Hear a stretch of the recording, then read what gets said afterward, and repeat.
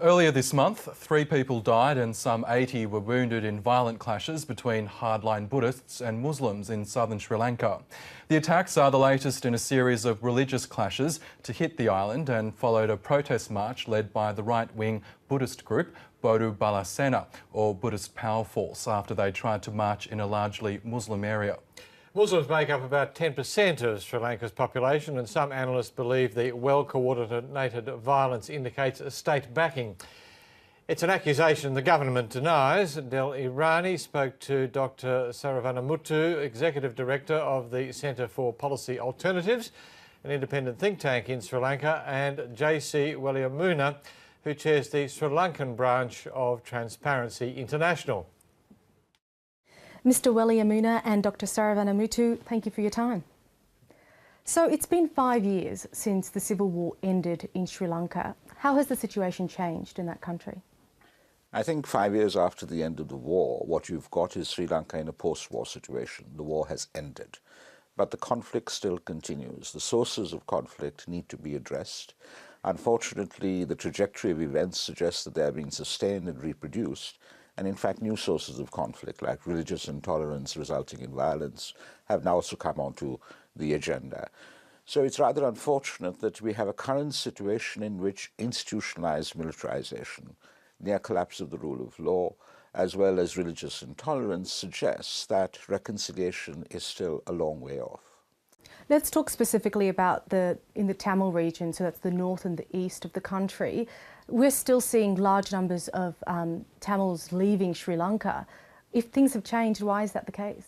You have a military involved in the economy, growing vegetables, selling vegetables, running hotels, you name it. They're involved in civilian governance as well. And there's a large presence of the military in various guises, from the armed forces personnel to military intelligence, etc. The people there still feel as if they're under occupation or subjected to a great deal of suspicion. The wartime paradigm still persists.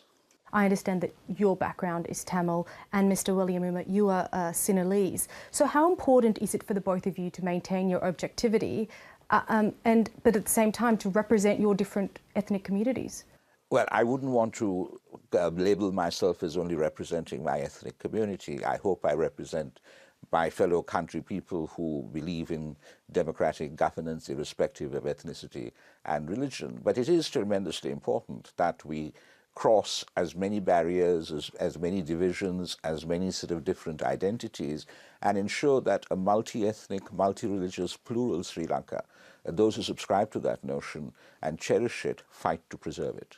Those who are not with the government and critical are living in fear. And we stand up, and not only two of us, and there are a large number of people who are willing to speak up. Although they do not get sufficient space in the media, there is a movement within Sri Lanka to take up this. So you're Sinhalese, but even if you speak up against the government, you're putting yourself in danger? Yes, of course. I've gone through the mill, and my house was bombed some time back. There are so many Sinhalese who speak up, irrespective of ethnic boundaries. I think the question in Sri Lanka is not limited to the ethnic issue. It's a much more bigger issue of collapse of rule of law. Can you tell us about the Bodu Bala Sena? How much power does this Buddhist right-wing extremist group really wield in Sri Lanka? It has been supported and covered and given even protected by the government. How is the government using this group? Well, it is used. You can see the government is working in a sense of impunity, and they probably do not expect minorities to support during next elections. They want to ensure that a very high majority of the Sinhala Buddhists will support the government. So they are using Bodu Bala Sena to maintain that at very high level, so that the government will protect them. There will be ethnic turmoil in the country, of which the government will be the beneficiary. That's how they read, but I don't think that can be sustained without the support of the government anyway. What role can Australia play as a member of the international community and a member of the Commonwealth in helping, helping Sri Lanka achieve a state of democracy, a rule of law? I think it's incumbent on members of the Commonwealth like Australia to monitor that and to tell the government of Sri Lanka, who is after all now the chairperson of the Commonwealth, that this is totally unacceptable. So strength and solidarity and support to those who are fighting for democratic governance there, and at an international level to put pressure on the government to live up to its international commitments with regard to good governance. I believe that Australia should look beyond the boat people.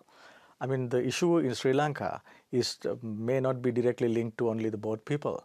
So Australia and all other Commonwealth countries should make sure that the government of Sri Lanka respects Commonwealth values, and also we need to make sure that people-to-people engagements are much stronger, and even the parliamentarians and the policymakers of Australia must get the pulse of people in Sri Lanka. Mr. Welliamuna and Dr. Saravanamuttu, thank you so much for your time. Thank you.